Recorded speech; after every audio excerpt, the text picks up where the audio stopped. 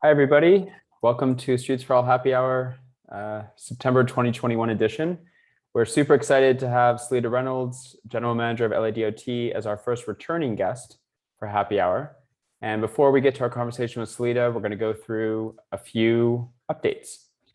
We're going to talk about state measures. It's been a monster year in Sacramento and has a lot of great implications here. Give you an update on our Bureau of Engineering's Complete Streets program, talk about the Ballona Creek bike path extension, talk about upcoming opportunities to implement the mobility plan when we repave, go over a few wins of the month, and get to our conversation with Seleta. Our icebreaker this time is, what is your favorite recent change to the streets of Los Angeles? So I'm going to pass it over to Bubba, who's going to talk about state measures and answer that question. Go for it, Bubba. Thanks, Michael. Hey, everybody. Thanks for joining us. My favorite recent change to our streets was probably in Culver City. They made Culver Boulevard westbound in downtown closed off to vehicle traffic and open to diners and a bus lane, which was great. It's going to be remade into a complete street pretty soon, which is also exciting. That's my favorite. So state measures. Now that we have successfully avoided a recall, thank goodness, also a huge waste of time and money, but that's, another thing. Now that we've successfully avoided a recall, we are on the cusp of a massive year for transportation and climate justice when it comes to our state legislatures. So let's go over some of the bills that are now at the governor's desk to be signed. So Michael, if you go to the next slide, an e-bike rebate program actually already secured its funding. So we're considering that one basically done.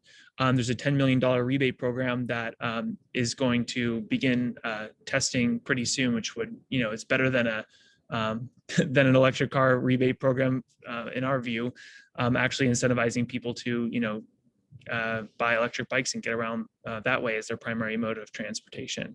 AB 773 actually gives cities the ability to implement slow street programs, even on state highways that are within their jurisdiction, and make the existing slow streets permanent, which is very exciting. And AB 917 allows transit agencies to use cameras to ticket cars parked in bus-only lanes, which makes our bus-only lanes much more efficient.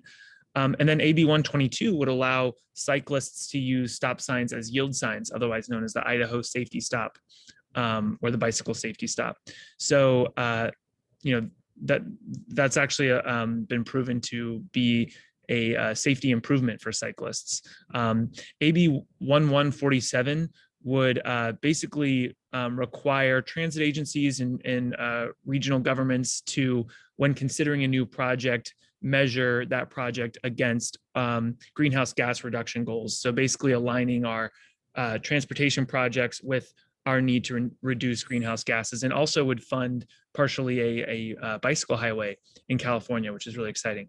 AB 43 would allow cities to lower their speed limits and would allow LADOT specifically to lower over 200 miles of street speed limits. And AB 339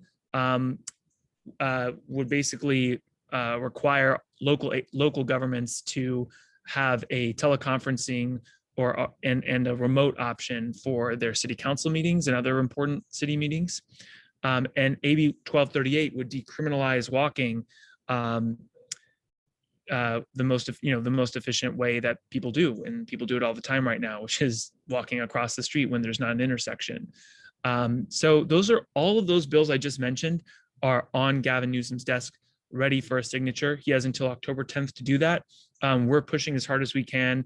We're doing a call to action to get people to tweet at the governor, to call him, to send emails to him.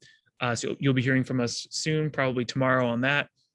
And the only bill that did not make it was the abolishing parking minimums around transit. So we're going to push hard for that next year. That was a bill to remove all parking minimums within a half mile of a major transit stop.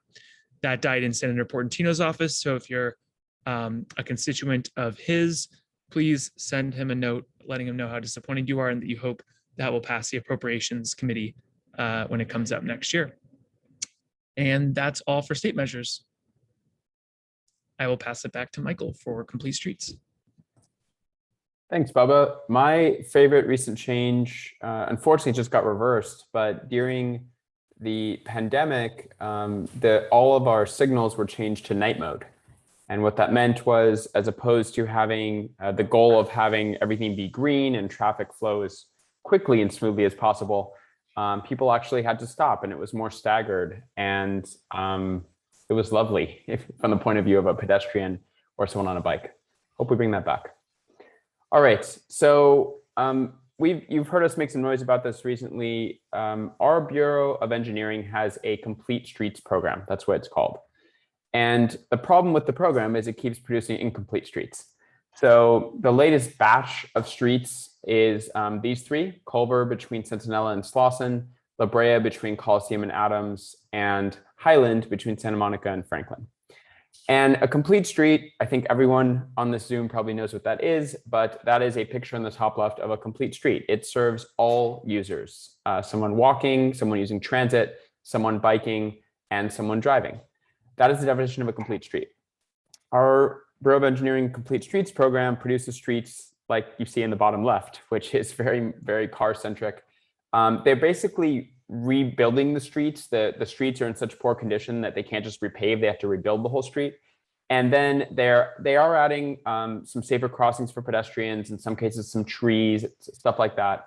But they're not really implementing the mobility plan. On La Brea, we have a bus lane on La Brea that is planned in the mobility plan that the report mentions but says they're not going to implement. I'm hearing rumblings that DOT might implement this separately, which is great, but that's not really the point. The Complete Streets program should do it.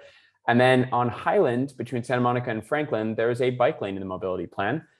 Mitch O'Farrell, a few weeks ago, responding to a public comment I made at a committee, basically acknowledged that it's on the mobility plan, said that if they were going to put a bike lane on Highland, they would need to protect it because there's so many cars, and basically said there's too many cars and it's not possible right now. So it's really frustrating to have a city that keeps ignoring our own mobility plan, and worse, adding insult to injury, calls them complete streets. So we really do need to change this. Next, I want to give you an update on our effort to extend the Bionic Creek bike path further from Culver City to Venice and Cochrane. I hope the slides aren't laggy today. I apologize if I'm talking ahead of the visuals. But just to refresh, this was built in the 70s, and it was initially intended, the bike path, to go all the way to Venice and Cochrane. It was phased, and they kind of never did phase 2. So what we're trying to do was originally intended in the 70s and never actually done. It is an alphabet soup of government bureaucracy. We have 2 different cities, Culver City and the city of Los Angeles, Caltrans, we have LA County, and we have the US Army Corps of Engineers. So we picked a really easy project to work on from a jurisdiction point of view. Here's a map of the project. The bottom left is Sid Cronenthal Park in Culver City, where the bike path currently ends. The top right is where the creek actually ends at Venice and Cochrane, and shows the different interventions. I'm going to quickly, for anyone that hasn't seen them, show a few visuals. This is a really great opportunity for greenification, beautification, people space, bioswells, water recapture, etc. There's an opportunity for art as well. And we think this would just be a really gorgeous and highly functional project. The update is we've been really busy getting letters of support. So we may have mentioned these last time. The Baldwin Hills Conservancy, the West Adams Neighborhood Council, and the South Robinson Neighborhood Council have all given letters of support. Since last month, 3 more have joined. We have the Mid-City Neighborhood Council, which is the most important neighborhood council in the city of Los Angeles for this project. It's almost nearly entirely in their borders. Monday passed a letter of support. The Bicycle Advisory Committee, and the city of Culver City. So we have a lot of momentum and we're making good progress. I'm going to now pass it over to Josh, who's going to talk about opportunities to implement our mobility plan that are coming up. Thank you, Michael. The street change that I'm most excited by recently is all of the new bus and bike lanes that have come to downtown where I live. You have Grand and Olive and 6th and 5th and 7th, and it's really starting to feel like a grid. If you go to the next slide. So I'm going to talk a little bit about our mobility plan, which Michael alluded to earlier. It passed in 2016 and specified streets for bike lanes and bus lanes. Historically, many of these have not been implemented. This is due to different council member districts where they have authority to kill projects or not allow things forward. But it also has to do with the separation of LADOT and Streets LA as two different departments. So in red here on the map, you can see all of the Streets LA repavings over the last year. A lot of these overlap with the mobility plan, but they haven't implemented the mobility plan while repaving and restriping the street. So if you go to the next slide, we've gone through and we've cross-referenced every single section of street planning to be repaved for the next 3 years against the mobility plan, and then checked how they match the mobility plan. And this will be a really great tool for pressuring electeds and trying to implement the mobility plan when it's the cheapest to do, when you're restriping and repaving a street. I'm going to pass it to Adrian now to talk about wins of the month. Thanks, Josh. So my favorite improvement to the streets in the last year and a half have been slow streets. I live in Koreatown, which is the most park poor neighborhood in Los Angeles. So it was really great having some kind of outdoor space to move about, aside from just sidewalks, which we don't have very good sidewalks in Koreatown either. So that's also a good segue to the win of the month I'm going to share, the K-Town Block Party. We co-hosted the K-Town Block Party with Walk and Rollers and the Wilshire Center Koreatown Neighborhood Council. We secured a grant from SCAG in order to make this happen. It was a really fun event. It featured cultural entertainment from various K-Town based performers and also booths from organizations to provide resources to attendees. We also had pop-up parks and safe infrastructure demonstrations. And part of this was also a promotion for the Reimagined 6th Street project, which we are supporting. This is what 6th Street currently looks like. It's a really beautiful corridor with lots of historic architecture, but it's essentially a car sewer. The sidewalks are really narrow, cars speed through it, and it's on the high injury network. If you are crossing the street as a pedestrian, you feel like you're playing Frogger. And if you try biking on the street, just forget about it. It's just way too dangerous for that. But it doesn't have to be like that. Here's a rendering of what 6th Street could potentially look like if this proposal goes through and we end up turning a half-mile stretch of 6th Street into a pedestrian plaza. This could be repurposed for people instead of cars. 6th Street could end up being a place where folks can congregate, hang out with their friends, enjoy a meal from one of the many restaurants nearby, and enjoy some local art. So here are some pictures from the community event. The steering committee, it was our first time hanging out since before the pandemic.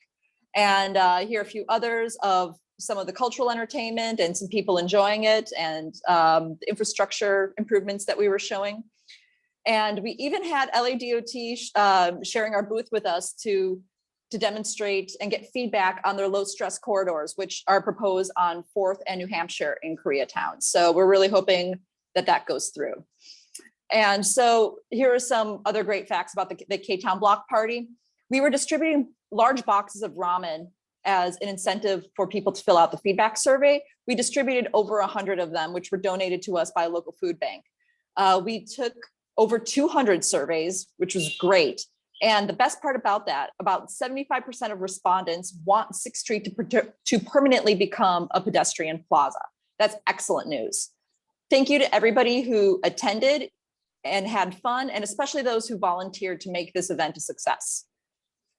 I'm going to toss it over to Katrina, who is going to share about the Sunset for All win of the month. Thanks, Adrian. I would have to say my favorite recent change to city streets was the suspension of pedestrian bag buttons at crosswalks. It really improved my experience as a pedestrian to not have to race to hit the button and time it with the light changing just so. And, you know, I hope that some of this can continue in the future in multiple crosswalks around the city. I'm here to talk about Sunset for All's big win. The LA County Bicycle Coalition was able to achieve their fundraising goals for promotion of a two-way protected cycle track in Sunset running from East Hollywood through Silver Lake and Echo Park. This was mostly achieved with the help of a big Keystone donation from a new scooter company, Blink by Super Pedestrian. And Streets for All also helped in part with some of the calls to action and the donation promotion as well. And we can't wait to see what's next. Now I'll turn it back over to Michael to introduce our next guests. Thanks, Katrina. So quick preview for next month. We're excited to have Gleam Davis, who's a council member from the city of Santa Monica and a longtime Safe Streets advocate. Really excited to talk to her. Santa Monica has been one of the bright spots in Southern California for active transportation. So that will be October 13th at 5 p.m. So we are really excited to have Seleta back. Seleta kicked this off at our first Streets for All happy hour in September of 2020. So it's great to have her back again a year later. For anyone that doesn't know her, quickly, Seleta Reynolds is the general manager of the Los Angeles Department of Transportation, which is the second largest municipal transportation agency in the country. She's responsible for 1,300 employees in 52 different business lines, from parking meters to traffic signals to buses. She was appointed by Mayor Eric Garcetti in 2014 to implement the mayor's vision of safe and sustainable transportation choices for all. Under her leadership, LADOT has installed hundreds of data-driven safety improvements in high-needs locations, launched the largest scooter program in the world, launched the largest electric vehicle car share program in the country, and created a first-of-its-kind digital platform to manage for-profit mobility companies. Seleta, welcome. Thanks for having me back. Great to have you here. So want to kick it off with some of the stuff that's going on at the state. And forgive me, I'm just going to, here we go. It's been an exciting year in Sacramento. AB43 just needs a signature from Governor Newsom to become law. I'm wondering if you could quantify the impact of that particular bill for Los Angeles. Yeah, I mean, speed limit reform is something that I've been personally working on for probably about 17 years.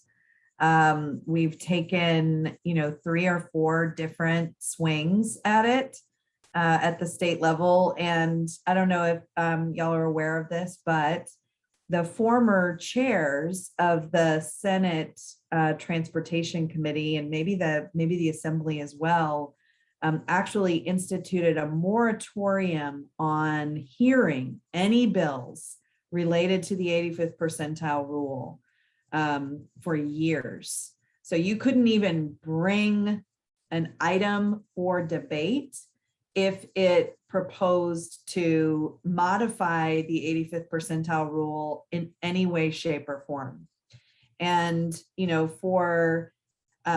there is increasingly evidence that just changing the speed limit sends a message to drivers to change their behavior in a way that's meaningful, because that was one of the arguments for a really long time. Like, it's just a sign, you're putting up the sign and people aren't going to change the way that they're driving, and they're not going to obey the law. You need to change the design of the street. And I agree, we need to change the design of the street.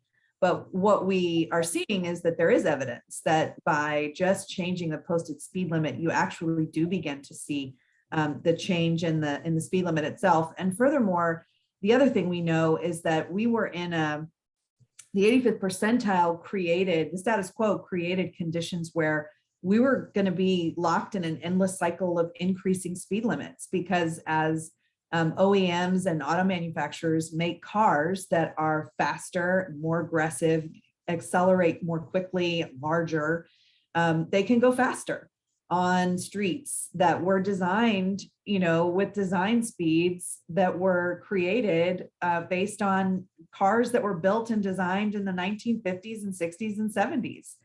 So for there to be a change like this, I think is going to be really powerful, but I consider it just a first step. And in fact, if you look at the recommendations of the Zero Fatalities Task Force that came together and created this initial step, it envisions a phased approach that, we would start with modifications and reform to the existing rule on the way to eliminating the 85th percentile altogether.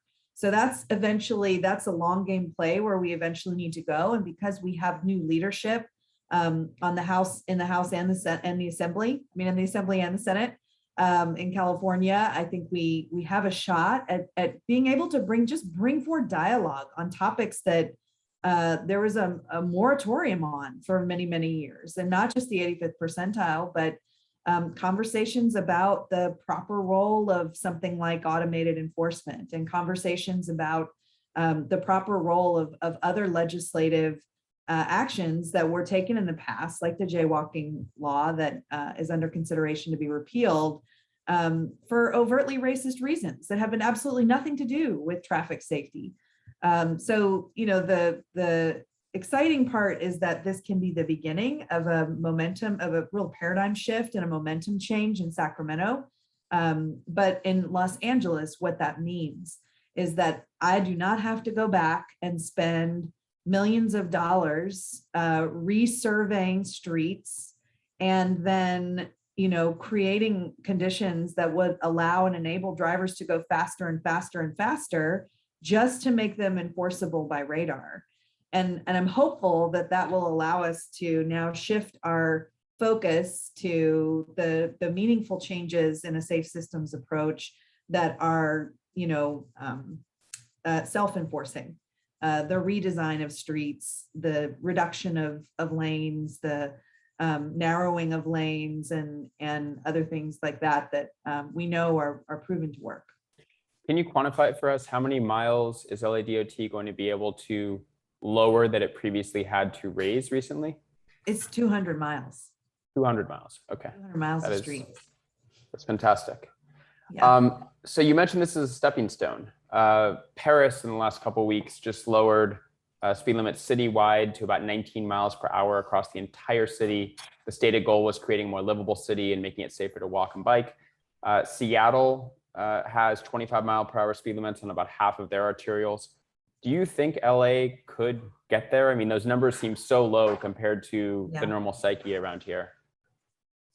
Yeah, I don't see why not. If we have champions who are willing to bring forward those kinds of proposals, or ask the department to bring forward those kinds of proposals, a lot of the technical work that we did and that really Dan Mitchell and a lot of other folks spent many, many hours, crafting this legislation and going through lots of compromises and amendments to get to what we have now. We were able to sort of take a close look at what this legislation would mean in terms of places that we might actually be able to, go back and lower the speed limit even further.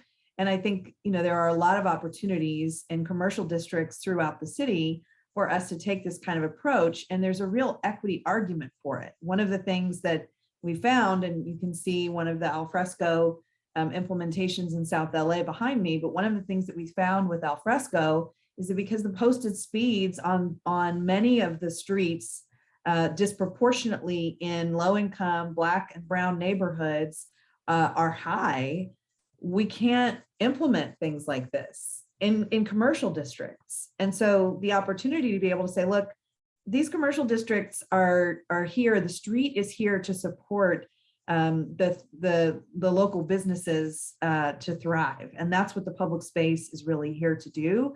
And so we're going to lower all of these speed limits down to 20 miles an hour because many of those same streets are on the high injury network, and then be able to go back and revisit some of the elements of street design that we're not able to put in place.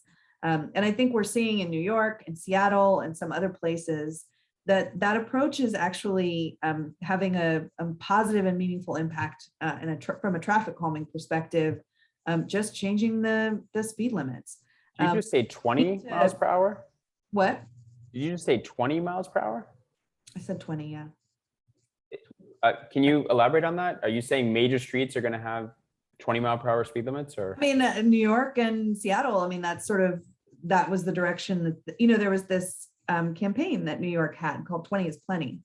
And I believe that there are parts of London that have done it as well. Oh, you're talking theoretically. I thought you meant this was an actual plan today. Okay. I'm I got saying, excited. why couldn't we bring forward a discussion about something like that? You know, why couldn't we have a conversation about something like that in Los Angeles? One of the Other cities do. One of the challenges has been there's certain parties that have argued against a bill like this, saying that it will disproportionately hurt brown and black communities because they're pulled over more often and because of issues with policing.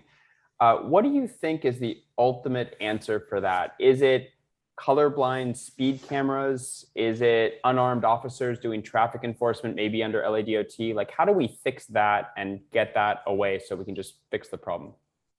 Well, I think one of the takeaways from this last go round with automated speed enforcement at the state level, and frankly with AB 43 itself, is that there's an opportunity, I think, to have a different conversation about the entire package of legislative reforms required in order to get us closer to what we are really after, which is that, you know, enforcement has a the role of enforcement in achieving safe outcomes diminishes significantly over time because we are shifting to what's called a safe systems approach. So we're not relying on the old school E's and putting enforcement, education, and engineering all on the same footing in order to achieve safer outcomes. Instead, we're trying to redesign the system, and that's everything from the posted speed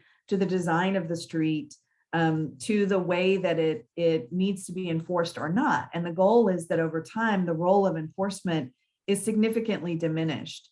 The question about who actually is in charge of that enforcement is the topic of the study that DOT is about to undertake. So we're going to receive, hopefully, proposals from consultants next week that we can review to guide a conversation that will be really centered around a task force, and applications and opportunity to sign up to be on that task force will be coming out soon. But the point of that scope of work is to bring forward recommendations to City Council about how to change or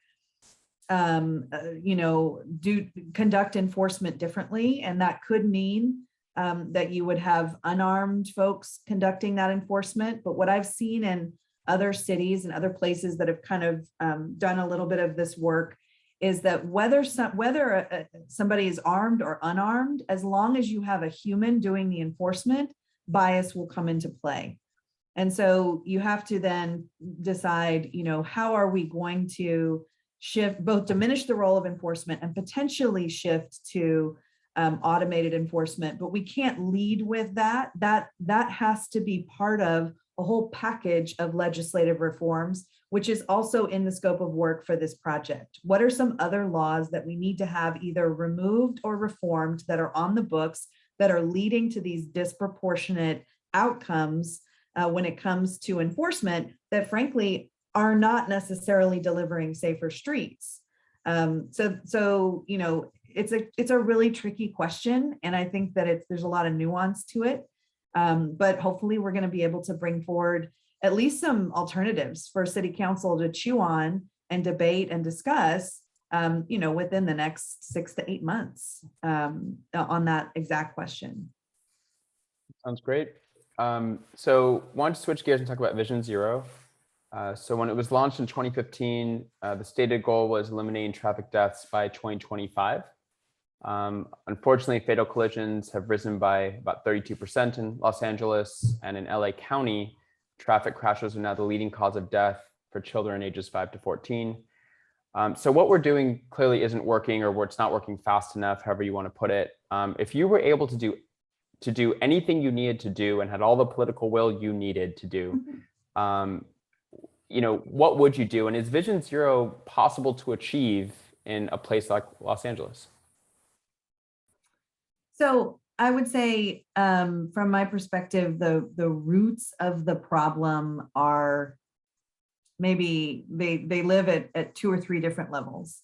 One of them is being able to do at scale, a massive set of what I will call quick build projects that immediately execute the things that are proven to basically to get us to safer outcomes. And many of those things are also some of the most politically challenging things to do. So lane removals, parking removals, curb extensions that impact, driver delay, frankly.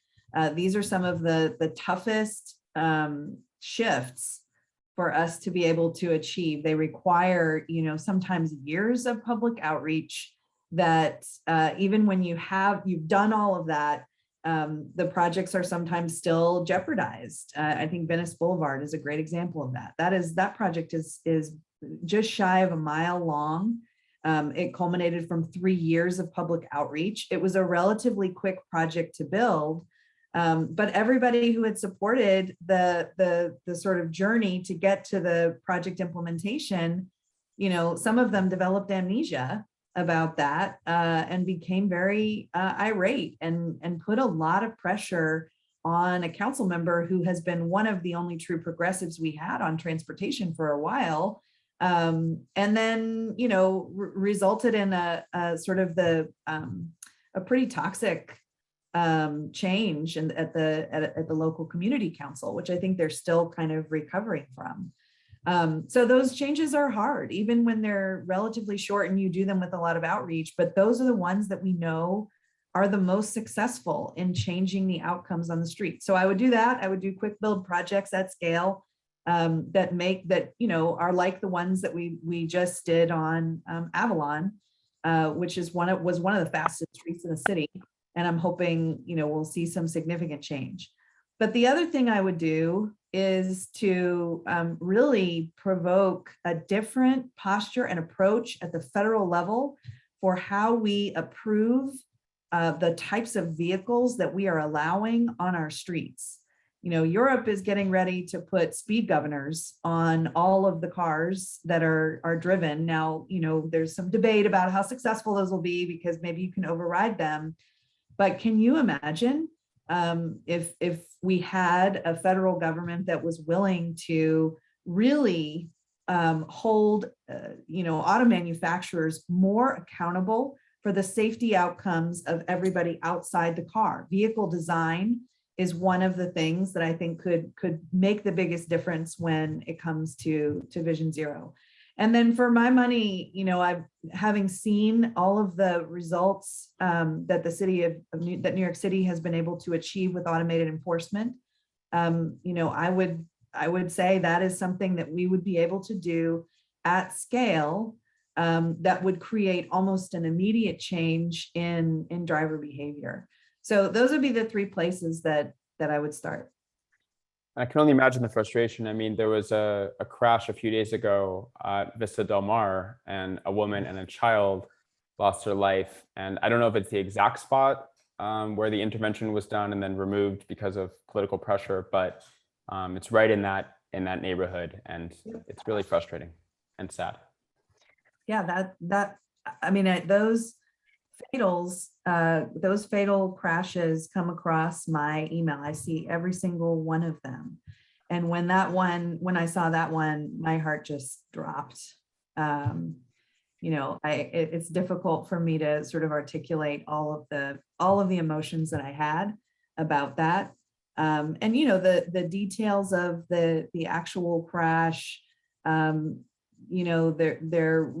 can sort of look at it afterwards and say, is there anything more we could do? But the fact of the matter is that is a very long straightaway with very few, traffic lights or stop signs along the way. And that is a very popular beach where people go in the evenings, one of the only beaches where you can have a bonfire. And it's, we didn't do enough. We had to remove that intervention, and we, replaced it with a different design. We didn't put back exactly what was there. But it's, we'll have to go back to that drawing board again, because it's, there's more we need to do. So switching gears again to the Bureau of Engineering's Complete Streets program that often does ignore our mobility plan and deliver mostly auto-centric improvements with minor improvements to everyone else. How do we as a city stop doing this? It feels like the default is to not implement the mobility plan unless a council member steps up and says, we want this, or unless there's a bunch of noise around it. And advocates have to spend an enormous amount of energy and time fighting for every single block and every single mile of change just to get the state to implement its own general plan. So do you have any advice, or do you have any silver bullet? How could we change the status quo so it is automatically implemented unless there's a really good reason not to? I think that one of the things that that we have to contend with is that, I think earlier I noticed, the presentation, you're talking about sort of what gets in the way of us being able to implement the mobility plan. And there was a discussion of kind of the balkanization of the management of the public right of way that we currently have, right? We've got the plan, I would argue the planning department has a role, DOT has a role, Metro has a role, Streets LA has a role, Bureau of Engineering has a role. But then we also have elected offices that have a role. We have community members that have a role. And it's not, no one entity is empowered to be held accountable for doing that or not doing that, right? Executing the mobility plan. Nobody, the council passed that mobility plan. It survived its legal challenges, but then it never actually included a prioritized capital improvement program. And it also never had a one single department that was sort of, empowered to go get it done. So you've got a governance and accountability problem that sits at the root of the thing that you're getting at, which is, why don't we have this yet? Why isn't it just sort of, why isn't this working the way that it really should? Because we have this plan, it's adopted, it says this is what we're going to do, but then there's a huge gaping chasm that we have to bridge between a 15 or 20 year vision and an actual bike lane or bus lane on a street.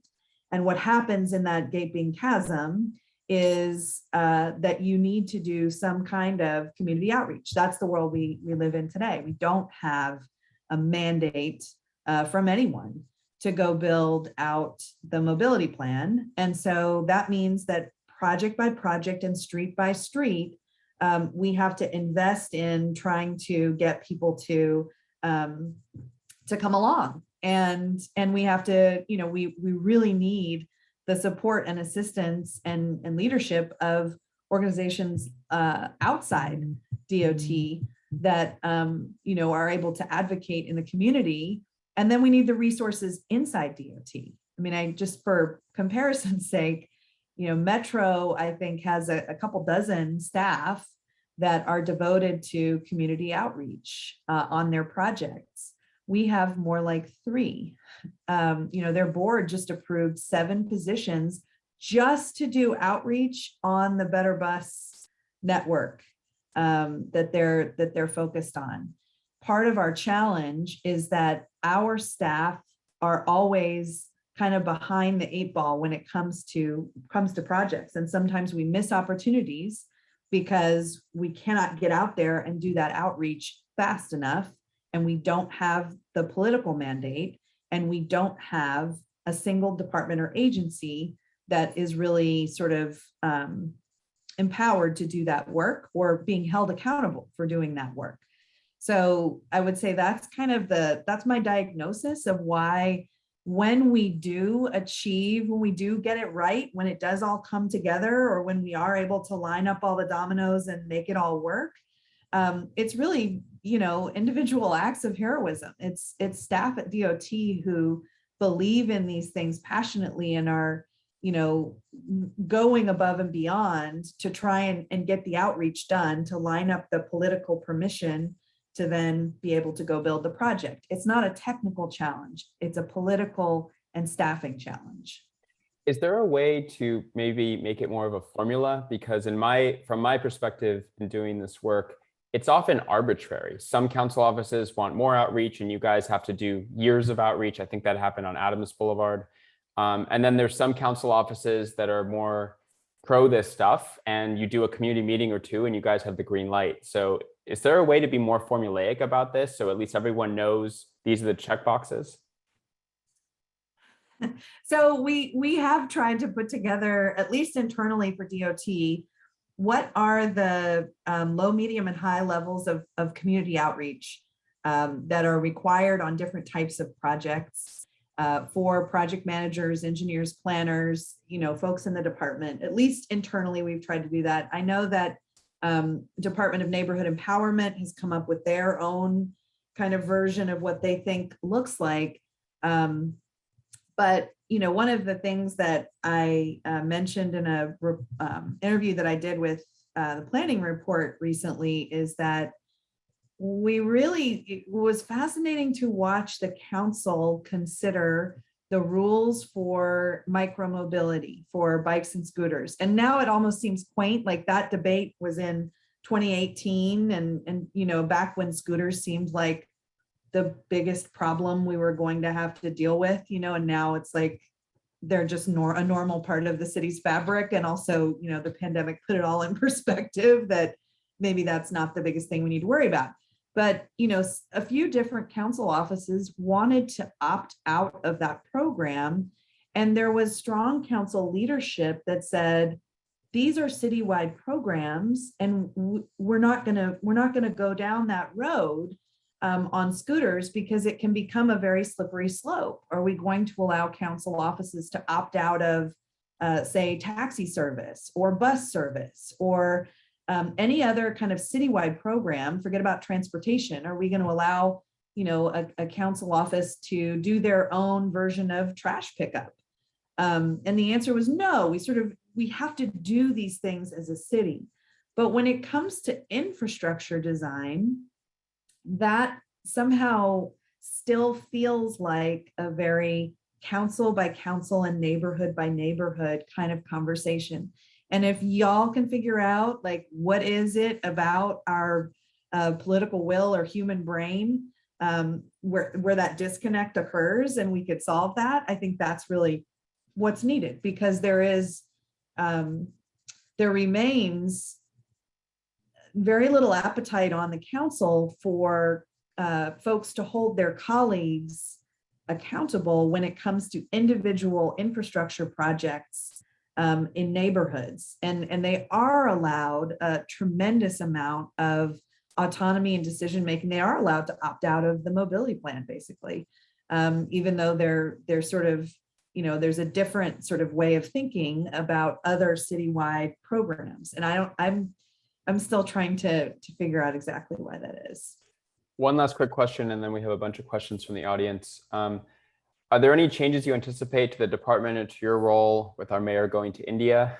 And what's your intention? Do you intend to stay on for the long term, maybe past next year's mayoral election? Yeah, I mean, I love this job. I love this city. I love the people here. Certainly there have been a lot of great opportunities that have come my way because I have the privilege of having the visibility that I have and being in the position that I have.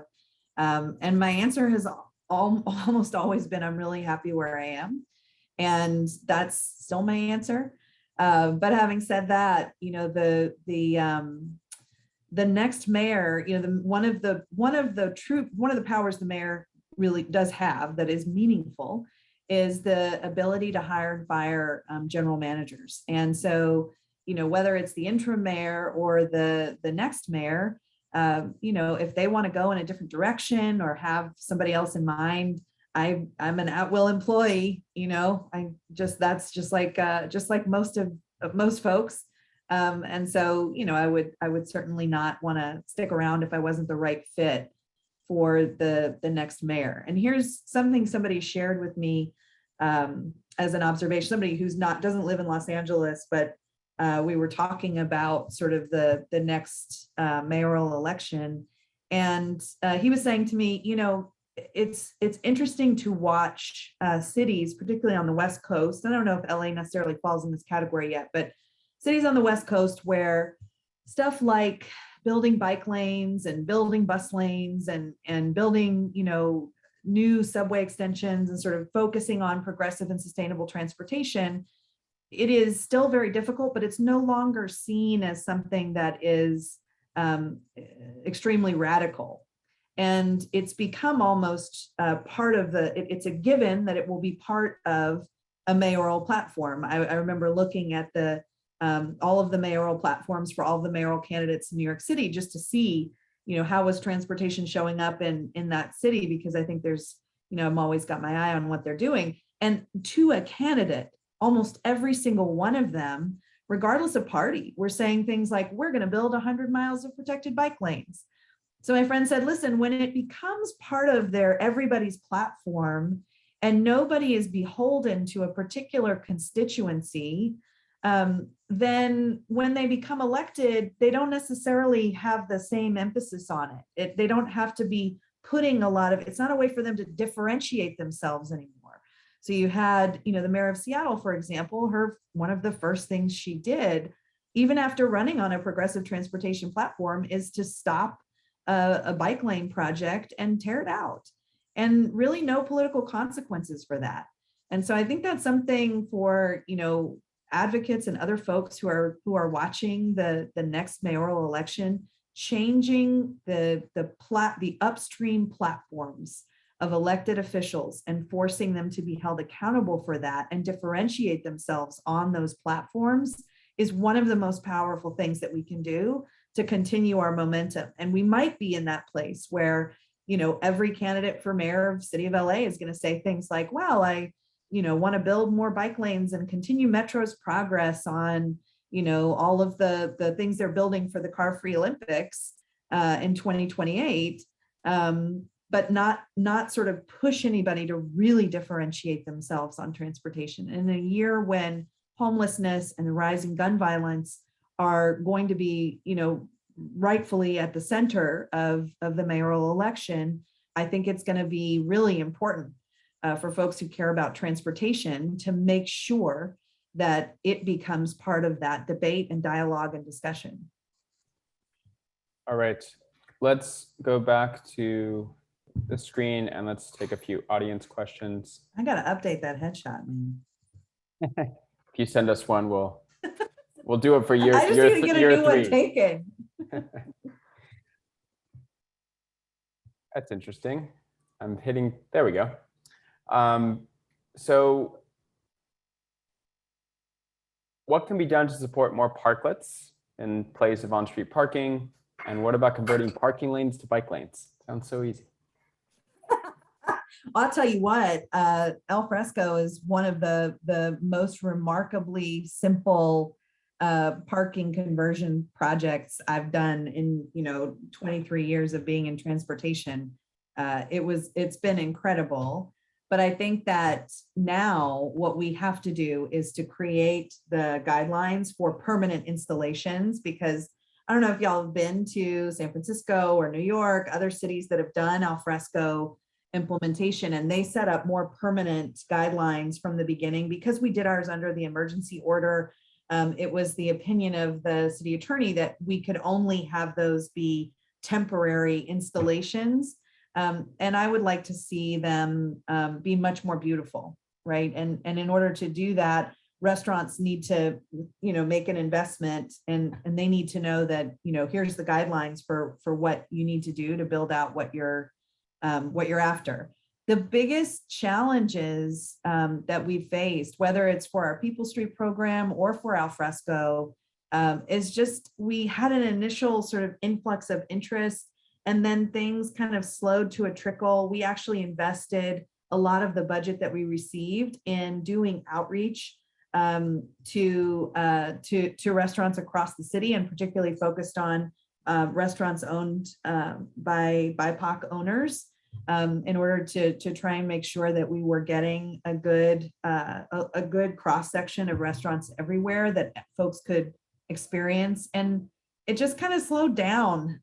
So that's something that we need to go back to the drawing board on. We've done a lot of outreach. I don't know if it's something about our rules, or if there's something more that we could do to make it even easier, or if by making the program permanent, we might actually attract more investment, because business owners want long-term predictability, and making that program permanent might help provide that. That's some feedback we've gotten from the restaurant community. So I would say, we're somewhat hamstrung in that program because we respond to requests. And so, if you've got your local business that you think really ought to apply, we've made it super, super easy. And if they're having trouble, let us know, and we'll have our consultants, we have Ciclavia and also KDI, who help us with the outreach on that, go out and help walk folks through the process. And then converting parking lanes to bike lanes is, it's not necessarily any easier or more difficult than converting a travel lane to a bike lane. So it's really a question of what's best and what's right for the street. Sometimes the presence of a parking lane alone can provide a traffic calming measure, a measure of feeling better when you're actually on the sidewalk and having a buffer from fast, loud moving traffic. So it's just not always the right solution, but there are some streets where it makes a lot of sense. And when we start doing outreach, I'll let you know, because we'll need a lot of help. Great. So this is a question about slow streets. How have the more permanent slow streets been received by the community? And is there a plan to work with communities to expand the permanent treatments to more locations? So the answer is, to my knowledge, yes, they've been very positively received by the community, and we're continuing to look for ways to expand the permanent treatments to more locations. And I'm hopeful that the more permanent installations that we do will be a virtuous cycle where, maybe neighbors on other streets will see them and then will come and request them for their streets. I think the sort of cost efficient stuff we were doing at the beginning of the pandemic, using the materials we had on hand, the sandwich boards and those other kinds of things, I think they were a little confusing to folks about, not everybody really understood what they were there for. And so I'm hoping that these more permanent installations will get people excited. The challenge that we have with slow streets is that we used up our budget and City Council has not allocated additional funding yet. And so we'll continue to look for creative ways to fund the expansion of that program. But for the moment, we're taking all of our flexible funds and we're trying to sort of point them at al fresco. Al fresco or slow streets? Al fresco, because council, that was council's direction. And then, a lot of that money that we were using for those two programs specifically was reprogrammed from our open streets funding that we use to support Ciclavia. So as Ciclavia returns, we're going to have to kind of come up with a different balancing act to keep those programs going. Question about street racing. Actually, there's multiple. We won't get to all of them, but what can your department do to reduce street racing on public streets? Yeah, street racing is a tricky one. It's like and other forms of traffic calming that, they typically street racing happens on the kinds of arterial streets that we're not going to put speed humps on because they don't work for fire life safety. They're not great for streets with transit. In particular, if you have anybody with a spinal cord injury who's riding on a bus that goes over a speed hump, it's quite painful and it also slows the bus down. So our usual bag of traffic calming tricks really doesn't always work when it comes to street racing. We have other things that we've been trying. We've tried out different sort of bollards and concrete elements and rumble strips and that kind of stuff. And we actually have a report back due to council that sort of can detail all of those things. how much they cost and where they're appropriate. But what usually happens is that it's kind of a game of whack-a-mole. So, we can get it off of one street, but it will just move to another one, and we end up chasing the problem around. Aaron wants to know what's the best thing we can do as individuals or banded together Streets for All to support you and your work. Do we need even more organizations to keep pushing for the changes we're all looking for? Yes, we need even more organizations. I think, Michael, the work that you do and that everybody on this call does with Streets for All is incredibly meaningful. I think that the LACDC, LA Walks, I think investing in place, all sort of do, and I'm sure I'm forgetting many of those kind of community-based organizations that do the work they're like lifeblood to us. We are working inside of a system, and in order to be effective at our job, we need advocates that are pushing both us and elected officials. And I would say that, my only advice is, cities are made up of civil service employees. And I don't know how much you know about a civil service system, but it is unlikely that the people that you are working with are going to change over time. So when you want to pressure the department, or you want to pressure any department in the city to move faster and to apply the kind of pressure that advocates apply, my advice is, aim it at me, aim it at the department. Don't make it personal. Don't aim it at individual staff who are down in the org chart, because you don't want to alienate those folks. You will need to continue to work with them. And so that's a little piece of advice. And then just, focusing on those upstream candidates in elections, I think, is one of the most meaningful things that we can do, is, at every level of government, to try and make people run on platforms and then hold them accountable to those platforms, to support the folks on council who want to do those things, but maybe don't always have the broad-based support of their colleagues. And then last is just the outstanding work that Streets for All has done to really get down in the weeds at the neighborhood level and change, get some turnover and some new voices around the table at the neighborhood level when it comes to who's on neighborhood councils, because electeds really do listen to those folks, and having new people in those roles speaking for the neighborhood council is incredibly powerful. And so I know that work can feel endless. I know it can feel challenging. I know it can feel tedious, but it is really, really making a big difference. So just, more of what you're doing, and really looking for trying to get a sort of a fresh group of folks in elected positions at every level that really care about transportation outcomes. Elected officials listen to neighborhood councils, unless you're Mid-City West and Paul Koretz and Uplift Melrose, then they don't, but that's a different story. Last quick question. I know we're over time. What is your favorite bus route in LA?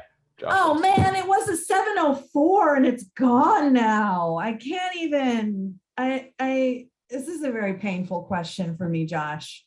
Metro needed to make some changes. I get it. I support what they're doing. NextGen is great. I'm sure that the new Line 4 that is taking the 704's place will be fantastic. And I'm going to give them a little time to work out the kinks. But I guess it was the 704, which was the rapid line that went down Santa Monica all the way to Santa Monica and through my neighborhood and ended up at Patsaurus Plaza over at Metro. And now, it's the 4. So that'll be my new favorite bus route. Sorry to end on such a painful question for you, but glad we got through it. Seleta, thank you so much for your time. We really, really appreciate it. And we hope you'll come back maybe next year and we can just keep doing this and keep getting updates. Thank you everybody for your time. Hope to see you next month for our conversation with Liam Davis, and wish everybody a good night. Thanks, y'all. Bye, everybody. Bye.